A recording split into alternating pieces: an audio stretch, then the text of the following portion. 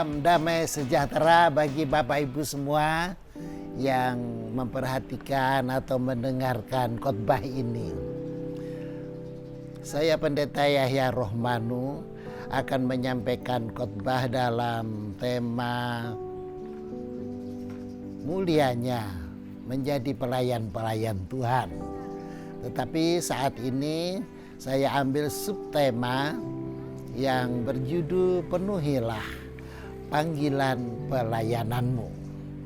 Saya akan bacakan bagi Anda apa yang tertulis di dalam surat 2 Timotius pasalnya yang keempat, ayat 1 sampai ayat yang ke-8. Di hadapan Allah dan Kristus Yesus yang akan menghakimi orang yang hidup dan yang mati, aku berpesan dengan sungguh-sungguh kepadamu demi penyataannya dan demi kerajaannya. Beritakanlah firman, siap sedialah, baik atau tidak baik waktunya. Nyatakanlah apa yang salah, tegurlah dan nasihatilah dengan segala kesabaran dan pengajaran. Karena akan datang waktunya orang tidak dapat lagi menerima ajaran sehat, tetapi mereka akan mengumpulkan guru-guru menurut kehendaknya untuk memuaskan keinginan telinganya. Mereka akan memalingkan telinganya dari kebenaran dan membukanya bagi dongeng. Tetapi kuasailah dirimu dalam segala hal. Sabarlah, menderita, lakukanlah pekerjaan pemberitaan Injil dan tunaikanlah tugas pelayananmu.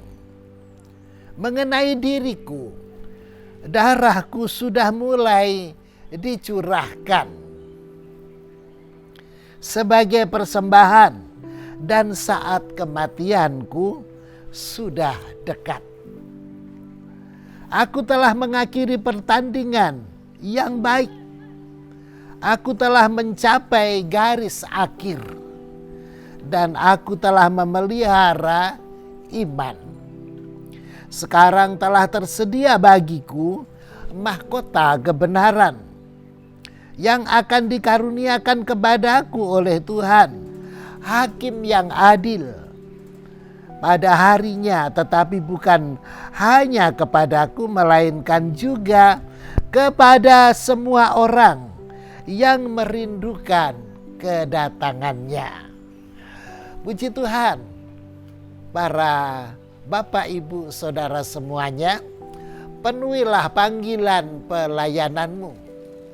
Itulah seruan yang disampaikan oleh Rasul Paulus kepada anak rohaninya bernama Timotius, yang pada saat ini juga merupakan seruan dari Tuhan bagi kita semuanya yang hidup pada zaman sekarang ini, yaitu penuhilah panggilan pelayananmu. Saudara-saudara sekalian, siapa Timotius? Dia adalah seorang anak muda yang ketika usianya masih sekitar 17 tahun, dia dipercayai oleh Rasul Paulus untuk menjadi penatua jemaat atau gembala jemaat di salah satu tempat di mana Paulus mendirikan gereja di sana. Sebenarnya Timotius ini adalah dari keluarga baik-baik. Ibunya adalah seorang Yahudi dan bapaknya adalah seorang Yunani. Saudara-saudara, di dalam 2 Timotius pasal yang pertama ayat yang ke-5 demikian disebutkan, sebab aku teringat akan imanmu yang tulus ikhlas, yaitu iman yang pertama-tama hidup di dalam nenekmu Lois dan di dalam ibumu Ineke, dan yang aku yakin hidup juga di dalam dirimu. Nah, saudara-saudara sekalian, jadi Timotius ini dari keluarga baik-baik. Ibunya, neneknya, bapaknya, mereka adalah orang-orang yang beriman kepada Tuhan. Jadi, saudara-saudara, Timotius terbiasa dididik di dalam kebenaran. Dan ketika dia telah ditetapkan menjadi pelayan di salah satu jemaat yang dirintis oleh Rasul Paulus, maka Rasul Paulus berpesan agar penuhilah panggilan pelayananmu. Baik saudara-saudara, kalau kita perhatikan pelayanan Kristen, itu ada sedikitnya ada 3 macam. Yang pertama adalah koinonia, yang kedua diakonia, dan yang ketiga adalah marturia. Pelayanan di dalam jemaat menyangkut ketiga tugas ini. Pelayanan koinonia adalah pelayanan ibadah, di mana jemaat berkumpul, di mana jemaat bersama-sama beribadah kepada Allah. Jadi berkumpul untuk bersama beribadah, ini adalah salah satu pelayanan yang penting, yang tidak bisa dihindarkan. Jadi Timotius diharapkan oleh Rasul Paulus agar memenuhi tugas pelayanan koinonia ini. Dan kalau kita membaca ayat-ayat tadi, memang penekanannya ada di koinonia. Walaupun ada yang lain, yaitu marturia, yaitu pemberitaan Injil. Ini juga diharuskan oleh Rasul Paulus kepada Timotius. Dan yang ketiga adalah pelayanan diakonia. Diakonia ini adalah pelayanan kasih. Jadi tritugas gereja adalah 3 itu, saudara-saudara. Saudara-saudara sekalian, dan kami perhatikan tadi dalam pembacaan tadi, Rasul Paulus memberikan perbandingan dengan dirinya sendirinya. Ketika dia mengatakan mengenai diriku, darahku sudah mulai dicurahkan dan saat kematianku sudah dekat. Ini menggambarkan bahwa Timotius pun juga diharapkan seperti itu, melayani sampai saat kematian sudah dekat. Melayani walaupun mungkin darah harus dicurahkan. Saudara-saudara sekalian, Rasul Paulus memberi teladan yang baik bahwa dia sebagai pelayan, dia telah melakukan dengan sebaik-baiknya. Dengan berkata, aku telah mengakhiri pertandingan yang baik. Nah, saudara-saudara, diharapkan Timotius juga bisa mengakhiri pertandingan yang baik. Pertandingan yang baik itu adalah pertandingan di dalam melayani Tuhan. Pertandingan yang baik itu adalah suatu pertandingan yang fair. Jadi tidak ada kecurangan dalam pertandingan itu. Begitulah juga di dalam pelayanan. Rasul Paulus mengajarkan pelayanan yang fair, pelayanan yang jujur, pelayanan yang tidak sampai terkena diskualifikasi. Saudara-saudara sekalian, jadi itulah nasihat Rasul Paulus kepada Timotius. Dan itu menjadi nasihat bagi kita yang hidup pada zaman sekarang ini. Jadi firman Allah pada saat ini berkata kepada saya dan saudara, penuhilah panggilan pelayananmu. Dilakukan dengan setulus hati, dengan sejujur-jujurnya, dilakukan dengan ikhlas, dengan pengabdian dan pengorbanan, sambil mengesampingkan hal-hal yang kira-kira tidak baik.